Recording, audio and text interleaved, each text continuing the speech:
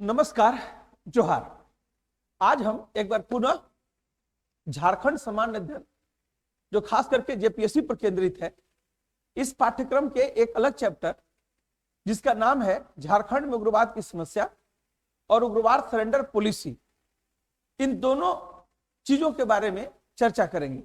यानी आज का हमारा पाठ्यक्रम है कि झारखंड में उग्रवाद की वर्तमान स्थिति क्या है, झारखंड में इसका फैलाव कैसे हुआ और इस पर फिलहाल जो नियंत्रण की स्थिति है वो किस रूप में पहले से बेहतर हुई है। लेकिन इसके पहले कि हम झारखंड में उग्रवाद की समस्या और उग्रवाद के सरेंडर पॉलिसी का चर्चा करें, उसके पहले हम आपको लेकर के चलेंगे कि दरअसल नक्सलवाद या माओवाद है क्या और इसकी उत्पत्ति कहां से हुई। फिर इस पाठ्यक्रम को जब आगे बढ़ाएंगे तो आपको बताएंगे कि भारत में नक्सलवाद के लिए कौन कौन से विंग समय समय पर अलग अलग राज्यों में डेवलप हुए। फिर हम बात करेंगे कि झारखंड में नक्सलवाद की उत्पत्ति कैसे हुई और झारखंड में कौन कौन से नक्सलवादी संगठन हैं जो झारखंड के अलग अलग डिस्ट्रिक्ट पर अपना महत्वपूर्ण प्रभाव रखते हैं।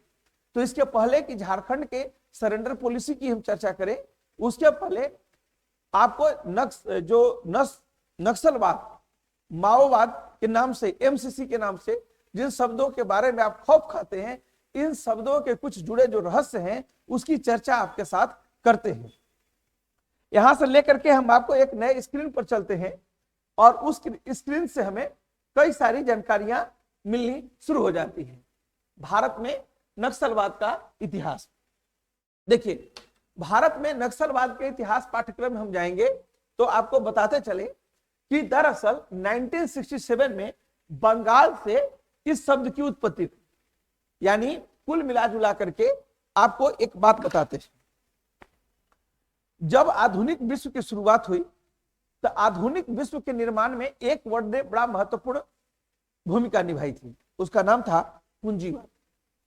और पूंजीवाद के प्रवर्तक माने जाते थे एडम स्मिथ, जिन्होंने वेल्थ ऑफ नेशन में पूंजीवाद का कॉन्सेप्ट दुनिया के सामने रखा था। लेकिन पूंजीवाद के खिलाफ जो प्रतिक्रिया हुई, पूंजीवाद के जो विपरीत विचारधारा उत्पन्न हुई, उसे इतिहास में मार्क्सवाद के नाम से जाना जाता है। और मार्क्सवाद नाम इसलिए रखा गया क्योंकि इस विचार के मौलिक प्रणेता जो थे वे कार्ल मार्क्स थे। कार्ल मार्क्स ने दुनिया में एक ऐसा संकल्प प्रस्तुत किया जिसमें कहा गया कि पूंजी, नियोजक, व्यापारी, एलिट क्लास, ठीक है, ही अर्थव्यवस्था के महत्वपूर्ण घटक नहीं होते, बल्कि किसान, मजदूरी, जमीन जैसे तत्व भी अर्थव्यवस्था के मुख्य घटक होते हैं। कार्ल मार्क्स ने दुनिया को नारा दिया कि दुनिया को न तो जाति के खेमे में रहना चाहिए, न वर्ण के खेमे में होना चाहिए, न भौगोलिक सीमाओं में होना चाहिए, बल्कि दुनिया भर के मजदूरों की समस्याएं एक हैं, अतः दुनिया के मजदूरों को एक हो जाना चाहिए। यानी उन्होंने राज्य विहीन समाज का एक संकल्पना दिया था। कहते हैं कि कार्ल मार्क्स ने जिस विचारधारा का जन्म दिया था, कम्युनिस्ट मैनिफेस्टो 1848 के तहत, उसके तहत विश्व में पहली क्रांति जो हुई वो रसिया में 1917 में। और इस क्रांति के मौलिक प्रणेता जो थे उनको माना जाता है लेनिन। अतः लेनिन ने कार्ल मार्क्स के विचारों के आधार पर रूस में एक क्रांति कराई और उस क्रांति में एक बात तक तो नहीं था कि मजदूर देश की सत्ता का संचालन कर सकते हैं और मजदूरों के हाथों में पावर देने से भी आर्थिक विकास किया जा सकता है। इसीलिए मार्क्सवाद को एक लेनिनवादी विचारधारा के नाम से भी जाना जाता है। कहते हैं कि लेनिन ने रूस में क्रांति तो कराई, परंतु रूस के आधुनिक निर्माण करने का क्रेडिट लेनिन के खातों में नहीं था। उसके आधुनिक निर्माण करने वाला व्यक्ति स्टालिन था और स्टालिन ने पंचवर्षीय योजना के जरिए आधुनिक रूस का निर्माण किया था, या कहे तो कि रूस को एक सुपर पावर के रूप में दुनिया में स्थापित किया था। इसीलिए लेनिनवादी विचारधारा में थोड़े संशोधन किए जाए तो स्टालिनवाद हो जाता है। यानी कुल मिला जुला करके आर्थिक समानता के सिद्धांतों पर केंद्रित होकर के, दूसरा मजदूरों के सत्ता को केंद्र में रह करके तीन शब्द उत्पन्न हुए, मार्क्सवाद, लेनिनवाद और स्टालिनवाद। लेकिन आगे चल करके चीन के एक नेता हुए, चाइनीज जो कम्युनिस्ट पार्टी थी उनके नेता का नाम था माओ त्सो तुंग। अब माओ त्सो के नाम पर माओ ने जो विचारधारा दिया चीन को, इस विचारधारा के आधार पर दुनिया में एक और शब्द प्रचलित हुआ, उसका नाम था माओवाद। मतलब चीनी विचारक, चीनी कम्युनिस्ट पार्टी के प्रमुख माओ त्सो तुंग ने कहे कि थोड़ी सी चेंजिंग तो थी, जैसे मार्क्स ने जो संकल्पना की थी आधुनिक विश्व की, उसके केंद्र में मजदूर थे, और माओ त्सो तुंग ने जो चीन में विचारधारा केंद्रित होकर क्रांति किया, उसके केंद्र में किसान थे। तो किसानों को केंद्र में रह करके चीन में भी क्रांति हुई। 1949 में वहां की चाइनीज कम्युनिस्ट पार्टी सत्ता में आई और माओ त्सो तुंग उसके प्रमुख बने। तो माओ की विचारधारा ही भारत में माओवाद के नाम से जानी जाती है। मतलब रशियन विचारक हमारे राष्ट्रीय आंदोलन में मुख्य भूमिका निभा रहे थे, जिसे हम मार्क्सवादी, लेनिनवादी और स्टालिनवादी कह रहे थे। लेकिन आजादी के बाद भारतीय राजनीति पर मार्क्सवाद से ज्यादा माओवाद शब्द हावी होने लगा। ये माओवाद शब्द क्यों हावी हुआ, इसके पीछे भी समझे। भारत का औद्योगिकरण नहीं हुआ था ब्रिटिश काल में। औद्योगिकरण नहीं हुआ तो नेचुरली था कि औद्योगिकरण नहीं होने के कारण इंडस्ट्री नहीं लगी तो मजदूर भी नहीं थे। लेकिन भारत में कृषक समाज तो मौजूद था, तो कृषक समाज की चिंताएं चीन के नजदीक थी, न कि वह रूस के नजदीक थी। अतः रूसी मॉडल के जगह पर चाइनीज मॉडल भारतीय नेताओं को भाने लग गया। इसी से एक नए शब्द की उत्पत्ति हुई, जिसे हम क्या कहते हैं, जिसे हम माओवाद कहते हैं। यानी मार्क्सवाद, लेनिनवाद, स्टालिनवाद से होते हुए हम माओवाद तक आ गए। माओवाद के बाद एक वर्ड बड़ा चर्चा के केंद्र में रहता है और उसे हम कहते हैं नक्सलवाद। नक्सलवाद जो शब्द है, इसकी जो उत्पत्ति है वो एक गांव के नाम से हुआ है, ग्राम के नाम से हुआ है। पश्चिम बंगाल के दार्जिलिंग जिले में एक गांव है, उस गांव का नाम था नक्सलबाड़ी। इस गांव में पहली बार एक ऐसा दृश्य देखने को मिला जहां गांव के मजदूर, किसान, बेघर, भूमिहीन लोगों ने जमींदारों के संपत्ति पर हमले कर दिए और उनकी संपत्ति को लूट लिए। उनके जमीनों पर लाल झंडे गाड़ दिए। उनके जमीनों के खेत को अपना जमीन समझकर खेतों की जुताई करने लगे। कहते हैं कि इस प्रकार जमीन पर कब्जा करने और जमीन पर कब्जा करके खेती करने के कारण दुनिया भर में, खास करके भारत के कोने कोने बात में, यह विचारधारा तेजी से फैली कि जमींदार बड़े बड़े भूस्वामी हैं, जमीन के मालिक हैं, खेती नहीं करते हैं, खेतों पर नियंत्रण रखते हैं, उत्पादन में हिस्सा नहीं देते हैं। इसीलिए समाज में अमीरी और गरीबी की स्थिति बनी हुई है। अतः भारत में अगर आर्थिक समानता लाना है तो इस समानता को लाने के लिए अमीरों की संपत्ति को कब्जा करके गरीबों के बीच में वितरण कर देना चाहिए। इसी सोच के आधार पर जो विचारधारा पूरे भारत में फैली, उस विचारधारा को हम लोग नक्सलवाद कहते हैं। ठीक है, तो नक्सलवाद नक्सलबाड़ी गांव पर है।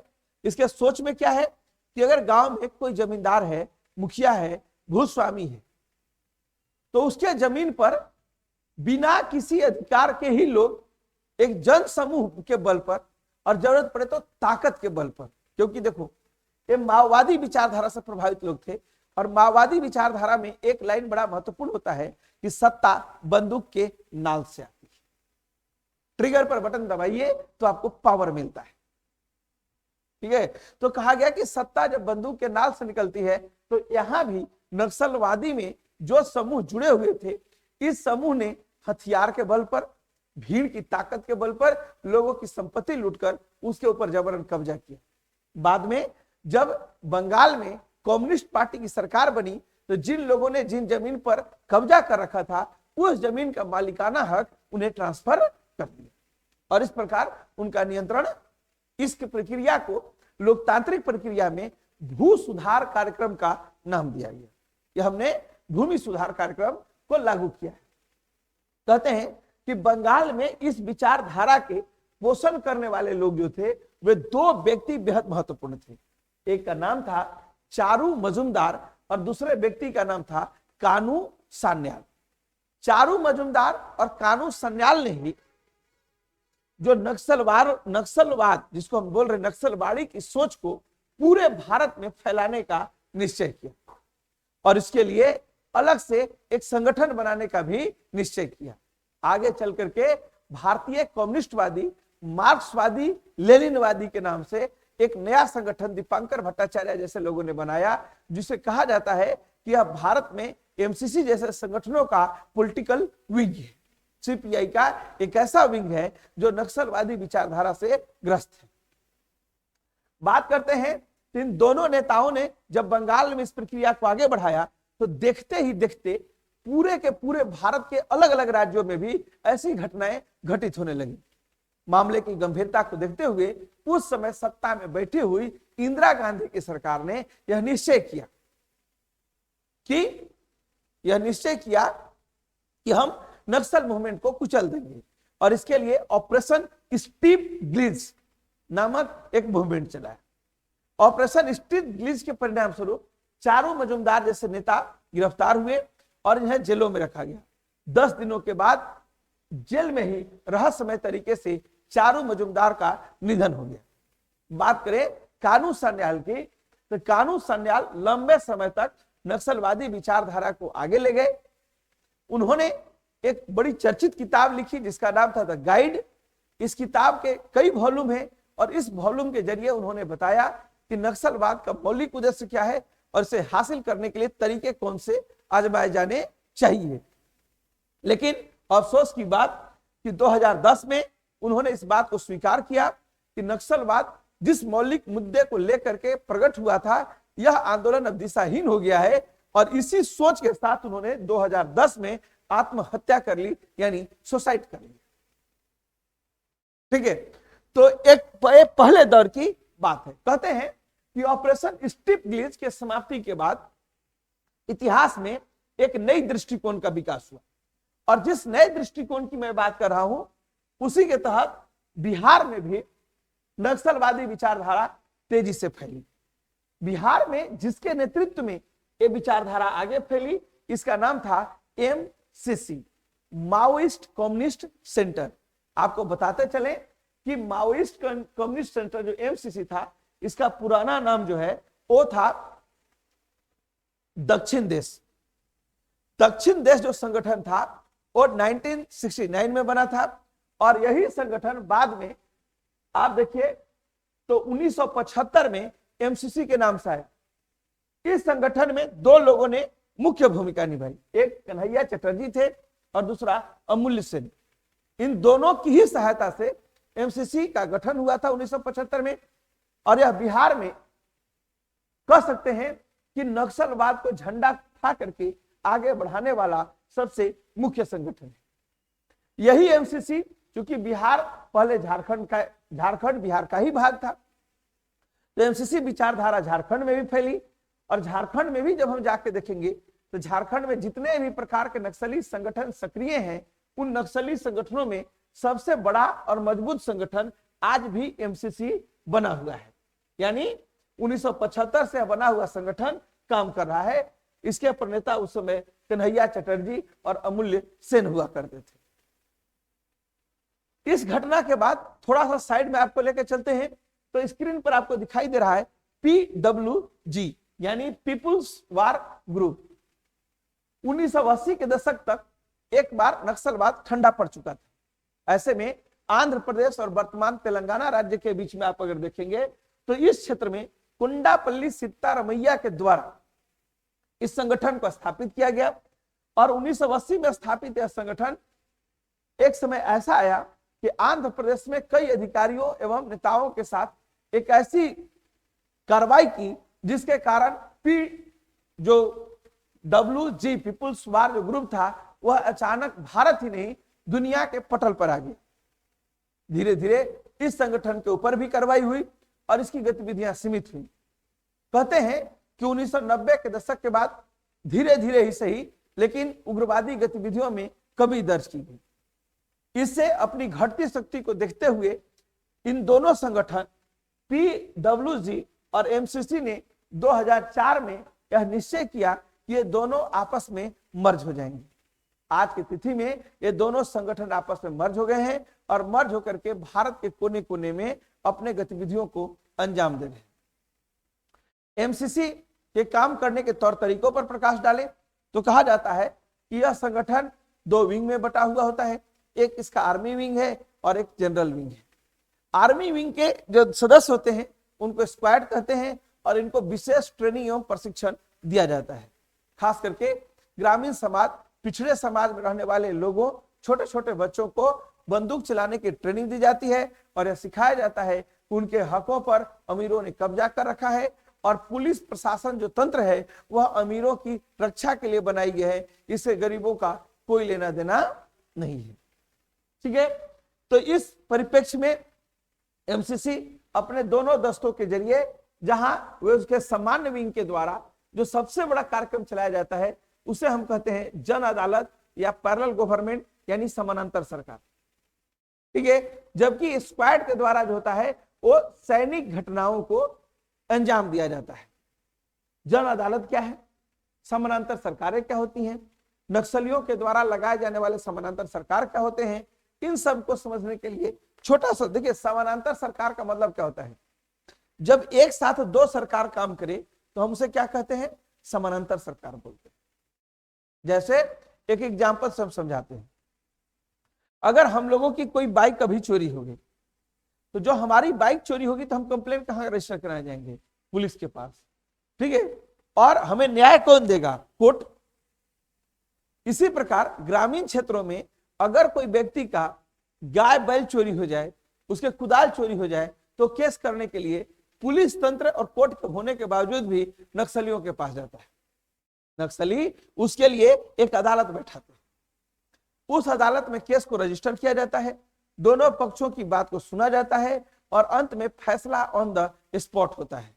त्वरित न्याय देने की उनकी इसी प्रक्रिया ने नक्सलियों को जनता के बीच में बेहद लोकप्रिय बनाया।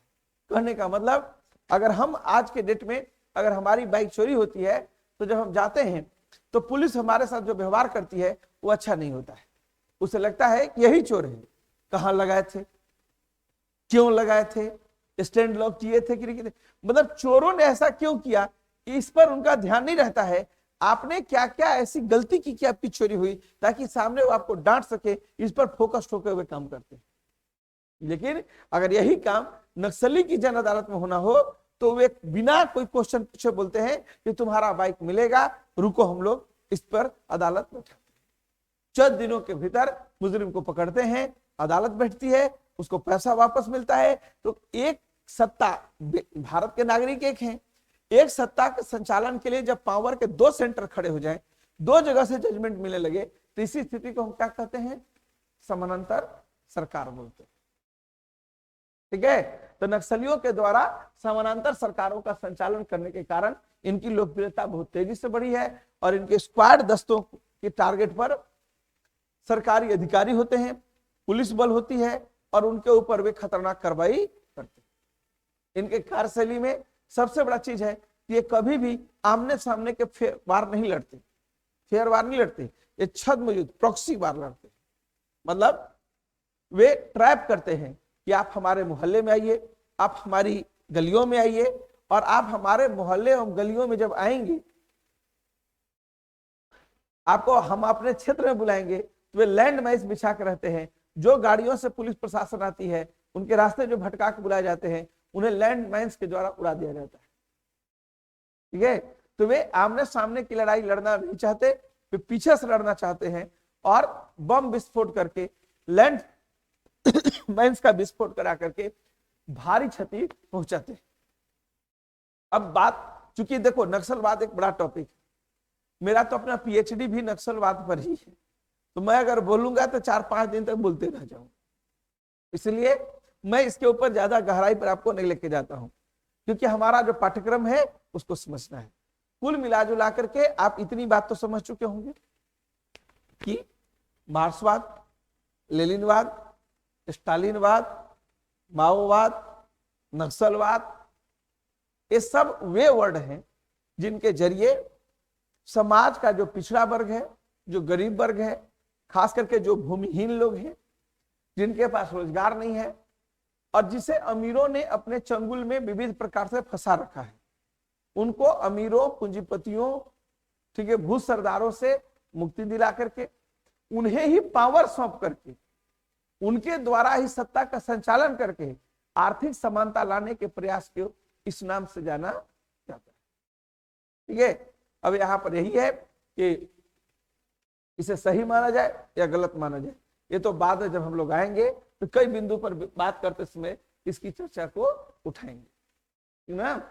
तो इनिशियल घटना है तो आप लोग समझ गए। ठीक है, 3 core CPI-ML Bengal, MCC Bihar और PWG, MCC और PWG ये दोनों अपने सैनिक कार्रवाइयों के लिए बहुत चर्चित थे। ये दोनों मर्ज कब हुए? 2004 में। चलिए आपको बता दें कि आपको एक मैप दिखा रहे हैं।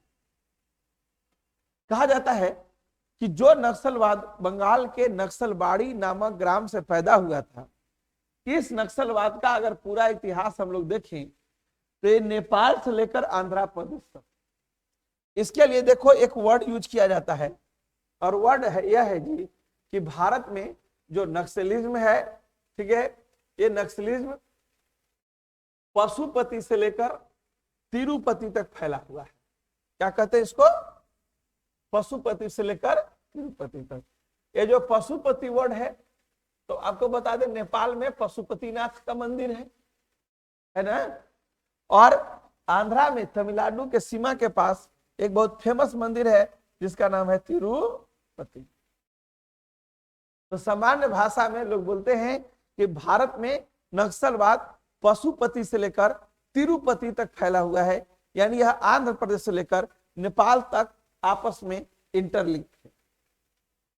और इस क्रम में जब ये नेपाल से निकलता है तो बिहार को प्रभावित करता है, बिहार से निकलता है तो झारखंड को प्रभावित करता है, झारखंड के अलावा वेस्ट बंगाल को प्रभावित करता है, फिर यह छत्तीसगढ़ और उड़ीसा को प्रभावित करता है, और वहां से निकलने के बाद तेलंगाना और आंध्र प्रदेश, यानी तेलंगाना, आंध्र प्रदेश, उड़ीसा, छत्तीसगढ़, झारखंड, बिहार, वेस्ट बंगाल, यानी भारत के 3, 2, 5 और 2, 7 राज्य हैं जो लाल गलियारे में आते हैं। ठीक है, जिसे हम कहां रखते हैं? लाल गलियारे में कितने राज्य आएंगे जी? बिहार, झारखंड 2, बंगाल 3, छत्तीसगढ़ 4, उड़ीसा 5, आंध्रा 6 और तेलंगाना 7। ये 7 राज्यों में फंसे हुए हैं। ये अगर देखा जाए तो पूर्वी घाट पर्वतमाला का विस्तार है और यह क्षेत्र नक्सल प्रभावित क्षेत्र के रूप में जाना जाता है। इसे हम लोग बोलते हैं रेड कॉरिडोर, लाल गलियारा। यह झारखंड के बीचे बीच होकर के गुजरती है। पूरा का पूरा झारखंड लाल गलियारा के जोन में आता है। ठीक ना? अब हम बात करते हैं जब यहां से निकल गए हैं तो कि अगर झारखंड की स्थिति देखनी हो तो झारखंड में नक्सलवाद का विचार एवं प्रचार प्रसार कैसे हुआ है। तो आपको बताते चले कि जब हम लोग इस टॉपिक के बारे में स्टडी कर रहे हैं या जानने की कोशिश कर रहे हैं तो हमें यह देखना है, एक समय ऐसा था जी कि झारखंड के लगभग सभी जिले नक्सल प्रभावित जिलों में आते थे। ठीक है, झारखंड के सभी जिले, थोड़ा सा झारखंड में अगर 5 प्रमंडलीय क्षेत्र हैं, एक संथाल परगना का जोन, ठीक है, एक पलामू का जोन, एक कोल्हान का जोन और एक उत्तरी छोटानागपुर और एक दक्षिणी छोटानागपुर का जोन। तो उस पॉइंट ऑफ व्यू से अगर देखेंगे हम लोग तो संथाल परगना का जोन शुरू से ही नक्सल प्रभावित क्षेत्र से बाहर रहा है। झारखंड में एक समय ऐसा आया था जब झारखंड के 20 जिले नक्सल प्रभावित माने जाते थे। लेकिन भारत सरकार के द्वारा 2022 में जो रिपोर्ट दी गई है, उस रिपोर्ट के अनुसार नक्सलवाद धीरे धीरे कमजोर पड़ा है और यह झारखंड में 8 जिले नक्सलवाद से बाहर हैं, 8 जिले नक्सलवाद से सघन रूप से प्रभावित हैं और 8 जिले पार्शियल रूप से कहो कि प्रभावित हैं। कौन कौन से जिले हैं मैं पहले उसको कैटेगराइज कर दूं तो आपके साथ लेकर के चलूं। देखिए, अगर बात हम करते हैं तो हमें क्या ध्यान देना है उसको देखते चले जाइए। देखो जी, एक जिला है गोड्डा, दूसरा जिला है साहेबगंज, तीसरा पाकुड़, चौथा दुमका, देवघर और जामताड़ा। ये जो 6 जिले हैं, 6 के 6 किसमें पड़ेंगे बताइए? संथाल परगना में है। तो इनको माना जाता है कि ये नक्सल प्रभावित जोन से बाहर है। अगर इनके अलावे कोई जिला जो नक्सलवाद से कैटेगरी से बाहर है तो उस जिले में नाम आता है रामगढ़ का। और इसके बाद अगर और एक कोई जिला जो नक्सल प्रभावित जिले के श्रेणी से बाहर रखा गया है उसमें नाम आएगा किसका? कोडरमा का। ठीक है, यानी जो पिंक कलर में जिले दिखाई दे रहे हैं ये वे जिले हैं जहां पर नक्सलवाद नहीं है या नक्सलवाद खत्म हो गया है। जबकि 8 जिले जो सबसे ज्यादा प्रभावित जिले हैं, अगर उनको हम लोग देखें तो उनको हम लाल से दर्शाते हैं। उसमें एक जिला है चतरा, दूसरा जिला है लातेहार, लोहरदगा, गुमला, ठीक है, खूंटी और पश्चिमी सिंहभूम। कितने जिले हुए? 1 2 3 4 5 6, ठीक ना। इस श्रेणी में आएगा गिरिडीह और सरायकेला खरसावां, ठीक है, और एक जिला गिरिडीह। यानी 1 2 3 4 5 6 7 और 8, ये 8 जो जिले हैं, इन 8 जिले उस श्रेणी में आते हैं जो राज्य में सबसे ज्यादा प्रभावित जिले हैं। लेकिन इसके अलावा बाकी के जो जिले हैं वे प्रभावित तो हैं लेकिन इतने प्रभावित नहीं हैं। ठीक है, इन जिलों की श्रेणी में हम किसको रखें? तो गढ़वा, पलामू, ठीक है, सिमडेगा, रांची, हजारीबाग, बोकारो और धनबाद और ईस्ट सिंह। मतलब जिलों के दृष्टिकोण से देखिए तो जो रेड घेरे में है वे पूरी तरीके से नक्सल प्रभावित है। कहते हैं कि यह आंकड़ा खास करके जो झारखंड का है वो सितंबर 2022 में गृह मंत्रालय ने एक आंकड़ा जारी किया था।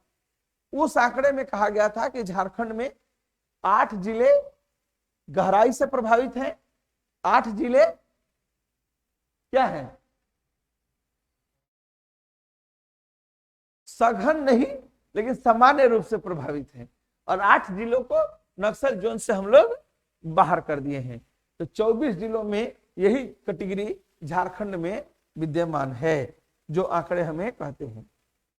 देखो, अगर झारखंड में हम लोग बात करेंगे तो एक और आंकड़ा हमें देखने को मिलेगा और वो आंकड़ा क्या है जरा उसको भी देख लो। तो उसके संदर्भ में हम लोग को देखना है कि झारखंड में कितने नक्सली संगठन प्रभावी हैं। ठीक है, तो इनका नंबर भी अलग अलग है, यानी कुल मिला जुला करके आप तो हम लाते हैं और आप देख लीजिए। झारखंड में एक संगठन है भाकपा,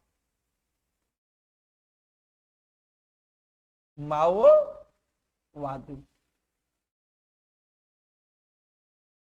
ठीक है, ये पहला आतंकवादी संगठन है जी और इसके चीफ बोले जाते हैं कि झारखंड में जो है वो रामा शंकर यादव। दूसरा संगठन जो काम कर रहा है उसका नाम है टीपीसी। ठीक है।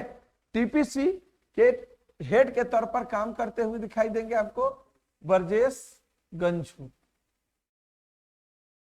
ठीक है। टीपीसी के अलावा आप जाओगे तो जेपीसी, जेपीसी रामपति इसके कार्यवाहक थे। एस जे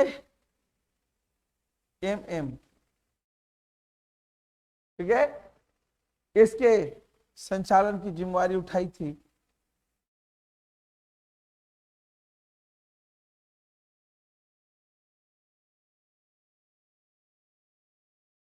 रंजीत सिंह।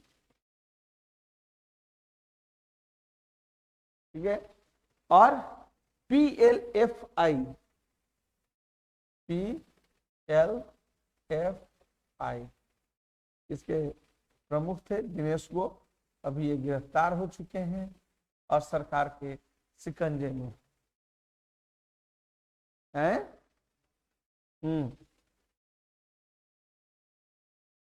और एक है RCC, इसके प्रमुख कौन है नहीं पता। ठीक ना। यानी अगर झारखंड में सक्रिय आतंकवादी संगठन का नाम बोले जी, झारखंड के बारे में कहा जाता है कि झारखंड में चतरा के लाल खंड से आतंकवादी पहली बार, सॉरी आतंकवादी बोल रहे हैं, उग्रवादी या नक्सलवादी प्रवेश किए थे और चतरा के मार्ग होते हुए ही ये झारखंड के इतने जिलों में फैले हैं। ठीक है। तो इसमें अगर हम लोग बात करेंगे तो भाकपा माओवादी, टीपीसी, टीपीसी का पूरा रूप होता है तृतीय प्रस्तुति कमेटी, जेपीसी झारखंड प्रस्तुति कमेटी, SJMM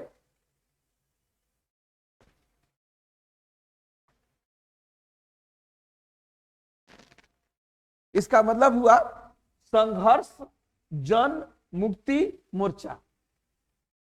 ठीक है, इसका नाम है। फिर PLFI, people's liberation front of India, इसका नाम है। और RCC रिवॉल्यूशनरी कम्युनिस्ट सेंटर। 6 आतंकवादी संगठन, उग्रवादी संगठन है जो झारखंड के अलग अलग क्षेत्रों में प्रभावी है। अब देखो ग्राफिक्स के जरिए जिन नामों को हम लोग देख रहे हैं, इन नामों में 2 तथ्य निहित है। पहला तथ्य जो इस संदर्भ में निहित है वह है कि झारखंड में नक्सलवाद कई रूपों में, आधारों में बटा हुआ है, यानी इसका फैलाव व्यापक है एवं सघन है। दूसरा, जो माओवादी गतिविधियां झारखंड में आई वो अपना गोल से भटक गई। इसका एग्जाम्पल है कि आप आंकड़ों में देख रहे हैं कि एक ही राज्य में एक लक्ष्य को संचालित करने के लिए 6 संगठन कार्यरत है। 6 संगठनों का एक साथ कार्यरत होना क्या दर्शाता है कि यह संगठन आपस के राजनीतिक प्रतिद्वंदिता, सैन्य प्रतिद्वंदिता और अपने अपने आर्थिक हितों को केंद्र में रह करके संचालित किए जाने के कारण आज छिन्न भिन्न हो चुका है। यह संगठन एकजुट होकर के काम नहीं कर रहा है, अतः इसे उपलब्धि भी मिलने की गुंजाइश कम है। ठीक ना, समझ में आई बात क्या कर रहे हैं? यानी यह संगठन छिन्न भिन्न हो गया है। आइए अब आपको कुछ तथ्यात्मक तथ्यों की ओर लेकर के चलते हैं। ये तो आपका था कॉन्सेप्ट, जिस कॉन्सेप्ट में आप लोग देखे कि कौन कौन से जिले प्रभावित हैं, रेड कॉरिडोर क्या है। ठीक है, लास्ट में हम जब टॉपिक लेकर के आएंगे तो चर्चा करेंगे कि झारखंड में या पूरे भारत में नक्सलवाद के उदय के कारण क्या है, झारखंड सरकार के सरेंडर पॉलिसी का उद्देश्य क्या है, स्क्रीनिंग कमेटी और पुनर्वास कमेटी का गठन किस प्रकार से हुआ और पुनर्वास पैकेज और न्यायिक समाधान के लिए क्या क्या प्रोविजन उस नियम में किए गए हैं, इस पर अभी हमने चर्चा नहीं की है। ये हमने अखिल भारतीय नक्सलवाद के इतिहास पर आपके साथ चर्चा की। ठीक है, तो अब नोट्स के इनिशियल खंड पर बात करेंगे। फिर हम लोग बात करेंगे कि झारखंड में आतंक नक्सलवाद के उदय के कारण क्या थे। ये तस्वीर है, इस तस्वीर को यहां लगाने के पीछे मौलिक उद्देश्य है कि आप जरा ध्यान से इन चेहरों पर गौर करिए। इन चेहरों में आपको देखने से क्या चीजें जो सबसे पहले उभर करके सामने आती हैं, आप बता सकते हैं? हाँ, इसमें जो हथियार उठाए हुए युवक हैं उनके एज देखने से लगता है कि ये 12 साल 14 साल या 15 साल के उम्र के बच्चे हैं और इनके हाथों में बंदूक थमा दिया गया है, ठीक है, और इन्हें क्रांतिकारी का दर्जा दिया जा रहा है। यानी इनके ज्ञान में मैच्योर नहीं है, ये भड़काए गए या बहकाए गए युवक दिखाई देते हैं, ठीक है। वर्दी क्यों? क्योंकि जब तक से व्यक्ति में ये सेंस न डेवलप हो तो उसके जीवन के लिए क्या अच्छा है क्या बुरा है, उनके पास आधारभूत ज्ञान नहीं है, ऐसे लोगों के हाथों में बंदूक थमाना इस बात का प्रतीक होता है कि आप किसी न किसी छल या प्रपंच से इस अपनी योजना को दुनिया के सामने प्रस्तुत करने की कोशिश कर रहे हैं। आइए देखिए, कहते हैं कि उग्रवाद वर्तमान समय में झारखंड ही नहीं,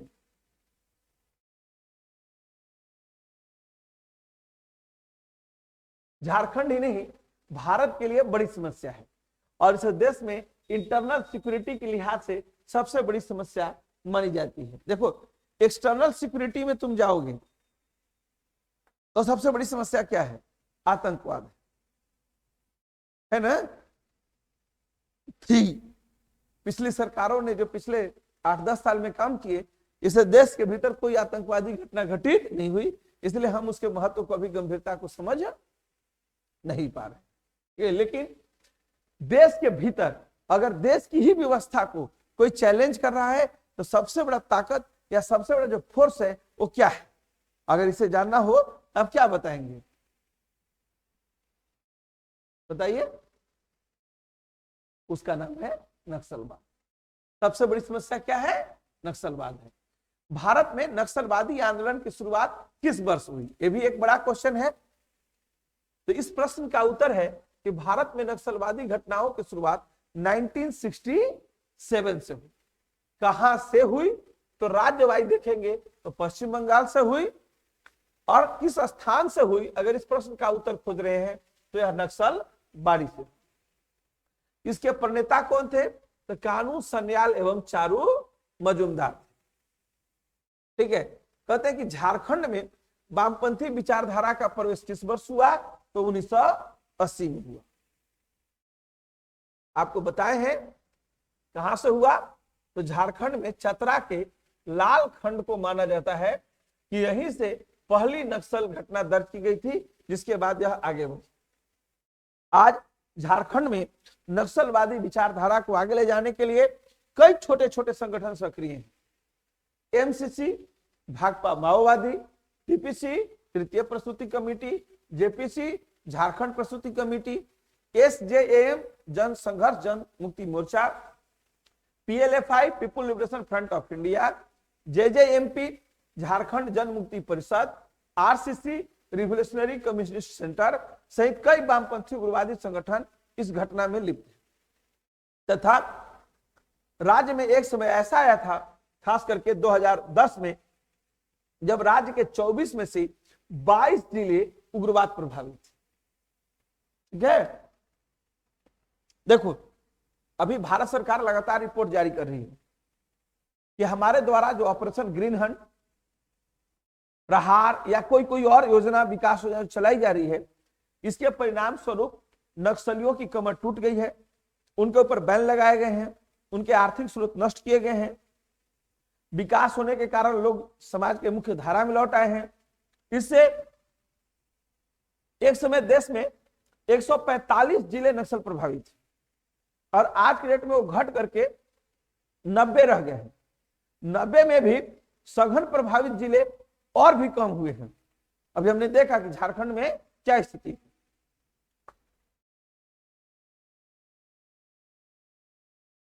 इसके तहत अगर हम लोग देखेंगे जी, तो 22 जिले अगर नक्सल प्रभावित थे, अभी 16 है, यानी 6 जिले नक्सल के गतिविधि क्षेत्र से बाहर आ गए।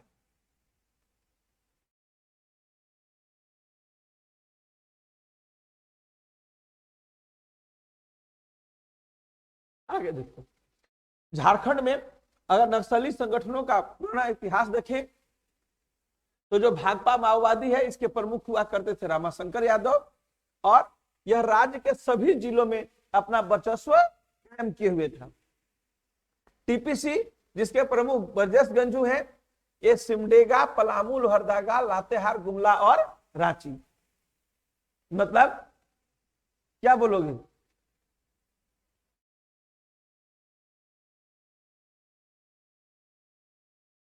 दक्षिणी छोटानागपुर में काफी सक्रिय है। जेपीसी झारखंड प्रस्तुति कमेटी रामपति वाली, लातेहार, गुमला, लोहरदगा और हजारीबाग में एक्टिव है। एसजेएम लातेहार, गुमला और लोहरदगा में। पीएलएफआई दिनेश गोपका लातेहार, गुमला, रांची, लोहरदगा, खूंटी, पलामू और चतरा। मतलब भारत झारखंड में देखें तो नक्सलवाद का गढ़ गुमला, लोहरदगा है, चतरा, हजारीबाग, ये वे क्षेत्र है जी खास करके जहां सभी संगठनों की मौजूदगी और इनकी गतिविधियां सबसे ज्यादा है। ठीक ना?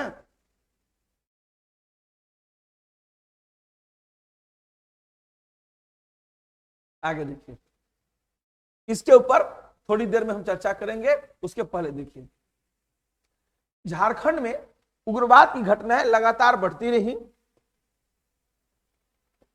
ये घटनाएं न केवल आंतरिक सुरक्षा के मार्ग में बाधा बनी,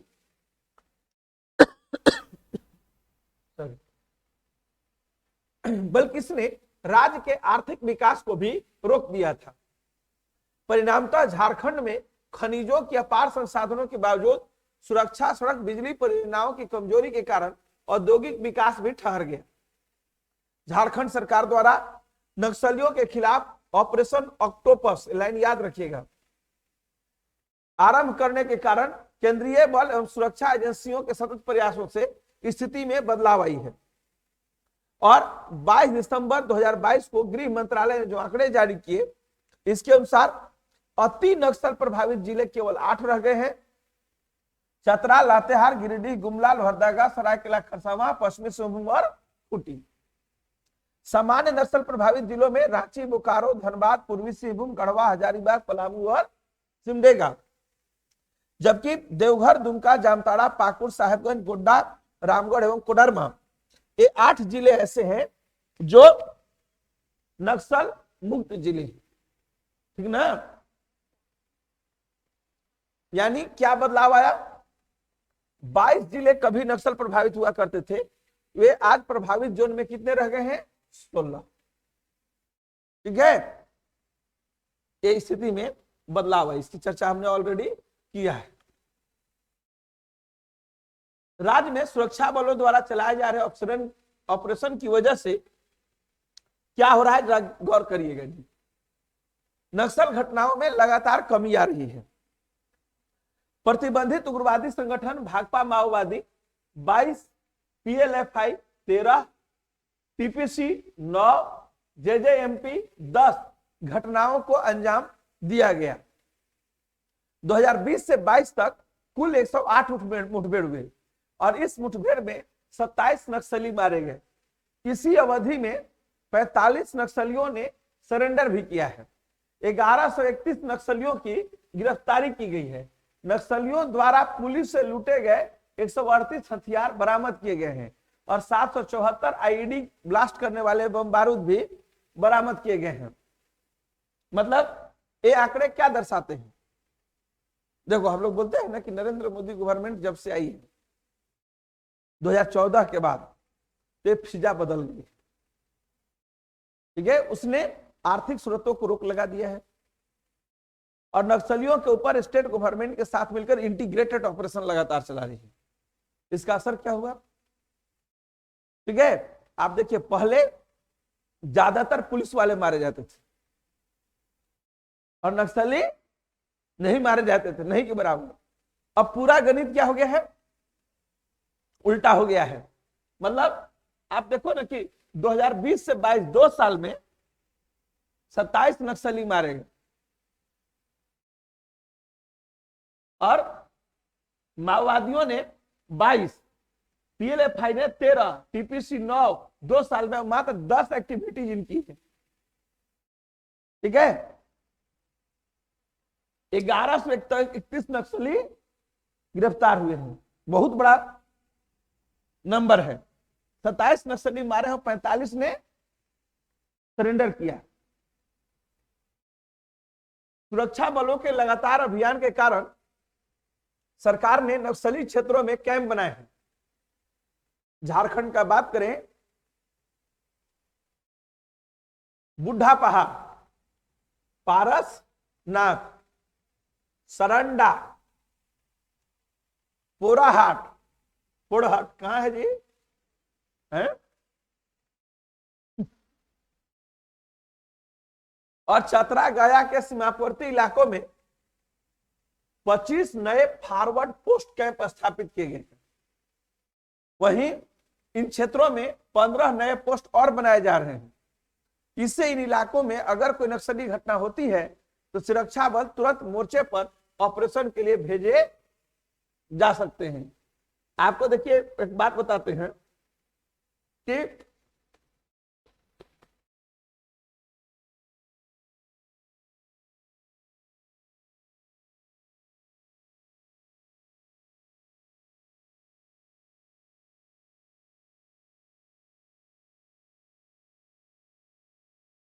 देखो, लातेहार का बुढ़ा पहाड़, सारंडा के जंगल यहां पर, और पारसनाथ पहाड़ी गिरिडीह, ये झारखंड में 3 ऐसे सघन क्षेत्र हैं जहां पर नक्सलियों को घुसने के लिए, नक्सलियों के क्षेत्र में घुसने के लिए पुलिस को कितनी मशक्कत करनी पड़ी इसका कोई गारंटी नहीं। अगर कोई ऑपरेशन में पुलिस वाले गए हैं तो उनके सुरक्षित वापसी की कोई गारंटी नहीं। ठीक है, ऐसे जगहों पर सरकार ने 40 नए थाना पोस्ट बनाए। लातेहार में तुम जाओगे ना, जहां सबसे घना जंगल है, उसी के ऊपर कैंप बनाया गया।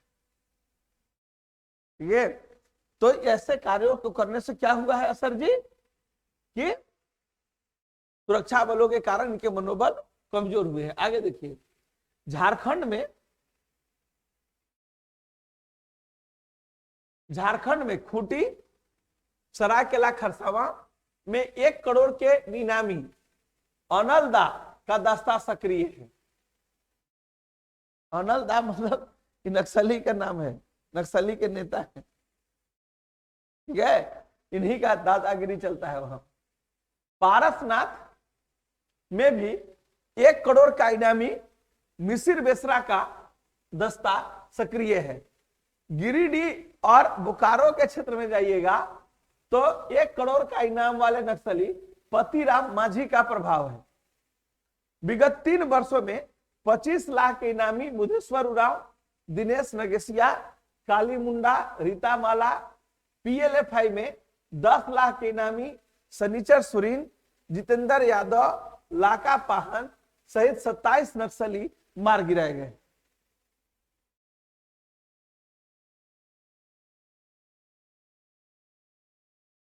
हम्म 1 करोड़ के इनामी नक्सली में किशन दा अपनी पत्नी सहित पकड़े गए। इनकी पत्नी पर भी 25 लाख का इनाम था। मतलब झारखंड में जो नक्सली सक्रिय हैं, उन अगर नक्सलियों का हम लोग इतिहास देखें जी, तो हमें क्या मिलता है कि झारखंड में 1 करोड़ वाला ग्रुप कौन कौन है जी? तो 1 करोड़ मतलब इनाम का मतलब एक व्यक्ति है अनलदा, मिसिर बेसरा, ठीक है, तीसरा पतिराम माझी, और चौथा किशन दा। जिसमें गिरफ्तारी किसकी हुई है? किशन दा की। अभी वे तीनों घूम रहे हैं, लेकिन फिर भी बड़े बड़े नक्सलियों में नाम आता है काली मुंडा का, लाका पाहन का, बुधेश्वर उरांव का। ये सब अरेस्ट हुए हैं। ये राज्य के लिए एक बड़ी उपलब्धि मानी जाती है। 1 करोड़ रुपए एक नक्सली के पकड़ाने पर अगर आप इनाम है तो आप उसे समझ सकते हैं कि कितना बड़ा वर्चस्व वाला। हम लोग बोलते हैं ना कि इस क्षेत्र में अनलदा की तुति बोलती है। ये अनलदा वही है जिनकी तुति बोल रही है। ठीक है, अभी देखिए एक और पॉइंट बताते हैं। पीएलएफआई के हेड दिनेश गोप की गिरफ्तारी, इसकी गिरफ्तारी हुई है, दिनेश गोप की गिरफ्तारी हुई है। तो कहते हैं कि झारखंड में चर्चित उग्रवादी संगठन कौन है? PLFI, people's liberation front of India, ठीक है, के संस्थापक दिनेश गोप नेपाल से गिरफ्तार किए गए हैं। इनके ऊपर कितने रुपए का इनाम था जी? 25 लाख रुपए का। साथ ही एनआईए जो हमारा नेशनल इन्वेस्टिगेशन एजेंसी है, उसने अलग से 5 लाख रुपए का इनाम रखा था। कहते हैं कि दिनेश गोप आतंकवाद का इतना पर्याय था जी कि केवल खूंटी जिला में ही इसके ऊपर 90 केस थे, रांची जिला में इसके ऊपर 13 केस थे, और पूरे झारखंड में इसके ऊपर 150 मुकदमे दर्ज। यह खूंटी जिले के करिया प्रखंड के जरियागढ़ थाना क्षेत्र के मोहरा टोली गांव का रहने वाला व्यक्ति है। दिनेश गोप के संगठन लेवी वसूलने, उग्रवादी घटनाओं को अंजाम देने तथा राजनीतिक साठगांठ कला में रंगदारी वसूलने, काला धन रखने, आतंकवादी टेरर फंडिंग करने के लिए चर्चित रहा है। इस संगठन का प्रभाव पश्चिमी सिंहभूम, सिमडेगा, गुमला, रांची, लोहरदगा जैसे जिलों में है। दिनेश गोप राज्य में कई बड़े हत्याकांड से जुड़ा हुआ है, जिसमें 2014 में आजसू नेता दिनेश्वर साहू की हत्या की गई थी। 2011 में कारा में विश्वनाथ गोप और नीरज कुमार की हत्या की गई थी। पीएलएफआई का भाकपा माओवादी से खूनी संघर्ष चलते रहता है, जिसका मुख्य गवाह रनिया कांड है। दिनेश गोप की गिरफ्तारी के बाद इस संगठन का प्रमुख मार्टिन किरकेट्टा को बनाया गया है, ठीक है। यानी दिनेश गोप के ही आसपास पूरा का पूरा पीएलएफआई का इतिहास है, ठीक है। पीएलएफआई में दिनेश गोप कहां का रहने वाला है? तो खूंटी के मोरहा टोली गांव का रहने वाला व्यक्ति है। पीएलएफआई नामक संगठन बनाया है, 150 से ज्यादा बड़ी बड़ी घटनाओं को अंजाम दिया है। इसके पास सब प्रकार की चीजें हैं।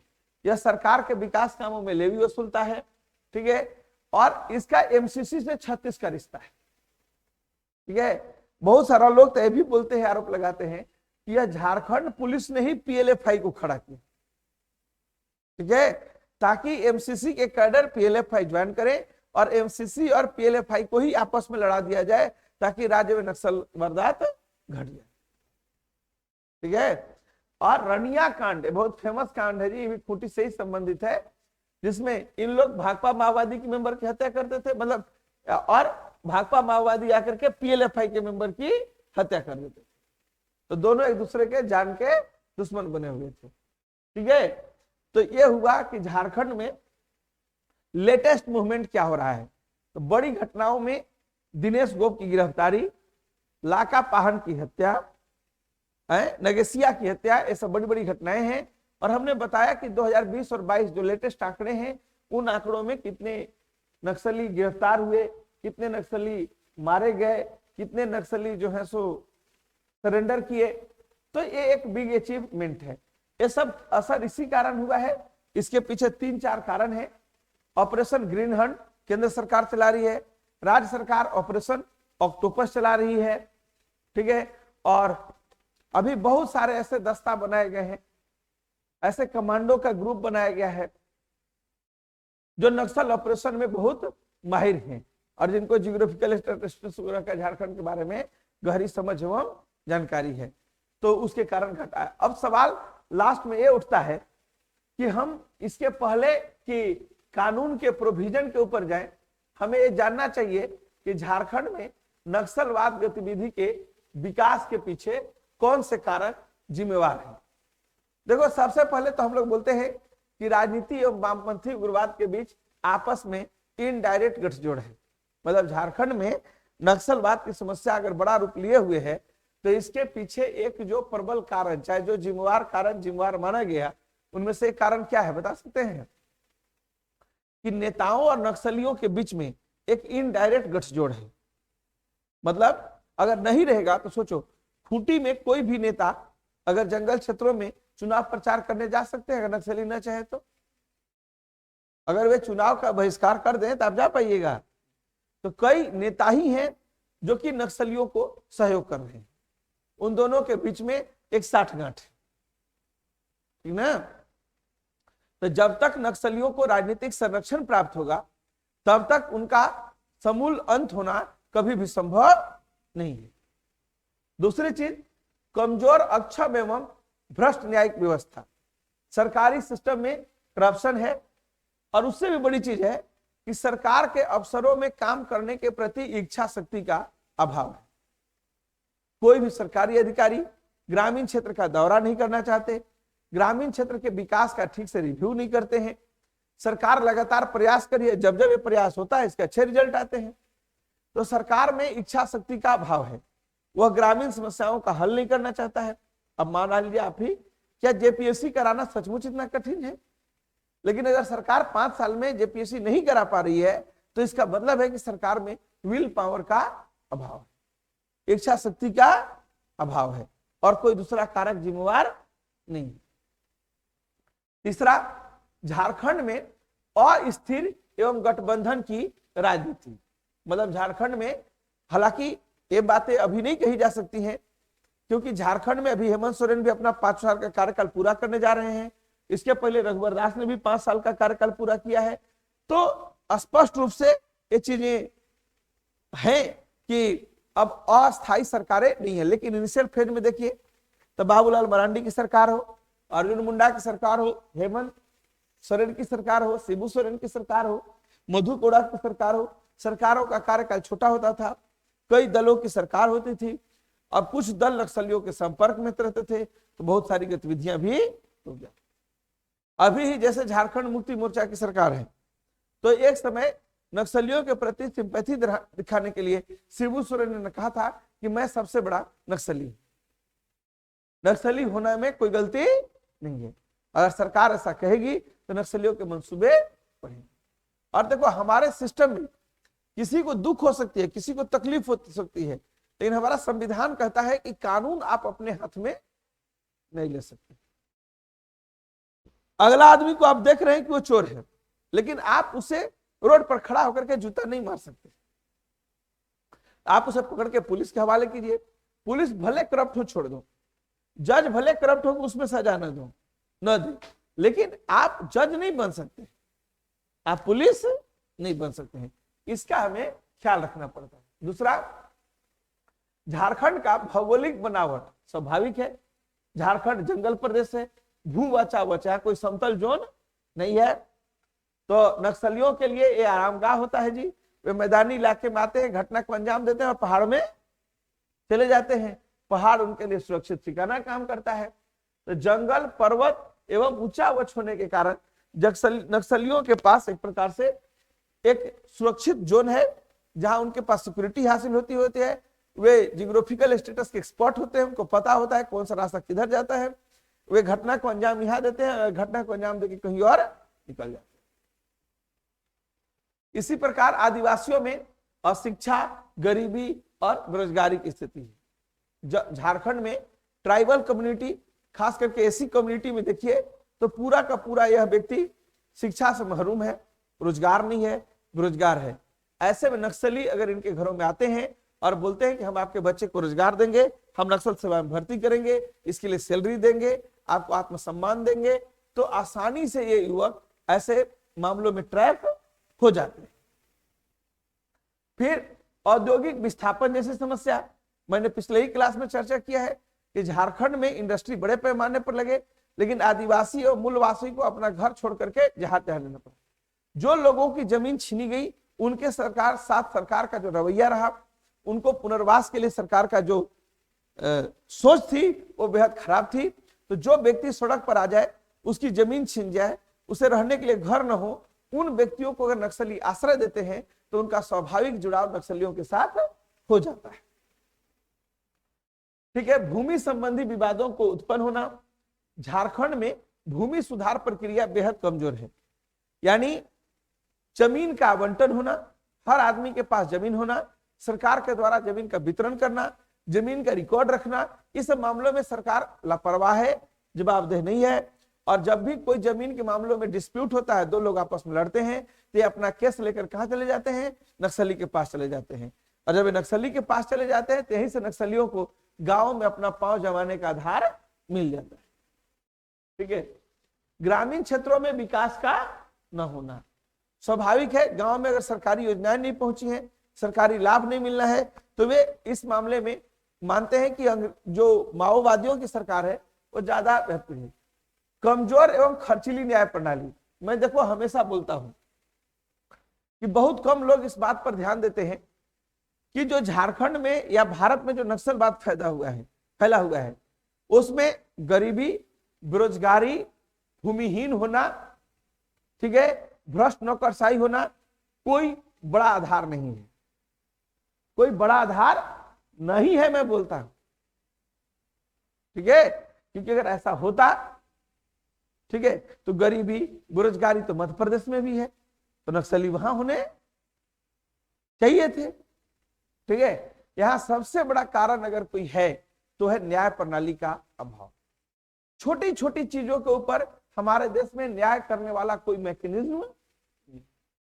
पुलिस के पास आप आपराधिक मामले दर्ज कराने जाइए, पुलिस व्यक्ति को ही चोर समझती है और आपको ही चोर समझ के कटघरे में खड़ा कर देती है। ये रवैया, और मैं तो इस पर जब शोध किया तो बहुत सारे नक्सल नेताओं से मैंने कुछ इंटरव्यू वगैरह कंडक्ट किए।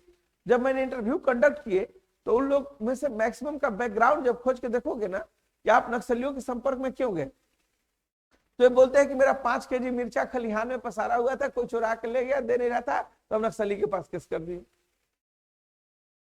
मतलब आप ऐसे समझो कि गाय बैल के बछड़ों को बांधने वाला जो बगना होता है, रस्सी होता है, उसकी चोरी के कारण लोग नक्सलियों के पास, 5 अमरूद की चोरी के कारण लोग नक्सलियों के पास गए और नक्सलियों ने इसके ऊपर जन अदालत लगा के लोगों को निर्णय दिए। तो जुडिशियल सिस्टम का अभाव होने के कारण एक बड़ा आधार नक्सलियों का बढ़ा, ये बात सही है। पुलिस का आधुनिकीकरण नहीं होना, समय के साथ नक्सली जब आगे बढ़े, अपनी गतिविधियों को आगे बढ़ाए, तो उस समय जो पुलिस तंत्र था वो सोया हुआ था, उनके पास गन नहीं थे। आप समझिए कि गाड़ियां तो थी, लेकिन वो गाड़ी कहां जाएगी और कहां बंद हो जाएगी ये उनको खुद पता नहीं है। कंधे पर बंदूक तो है, लेकिन गोली छूटेगी कि नहीं छूटेगी ये उनको पता नहीं है। तो हथियारों के अभाव में, प्रशिक्षण के अभाव में, ठीक है, और बाकी सुविधाओं, परिवहन सुविधाओं के अभाव में जब भी नक्सली और पुलिस के बीच संघर्ष होते थे तो उसमें नक्सली हावी हो जाते थे और पुलिस पीछे हट जाते थे। लेकिन अब ऐसी बात नहीं है। सेना के मॉडर्नाइजेशन पर बहुत सारे रुपए खर्च किए गए हैं और उसके अच्छे परिणाम भी दुनिया के सामने आए हैं।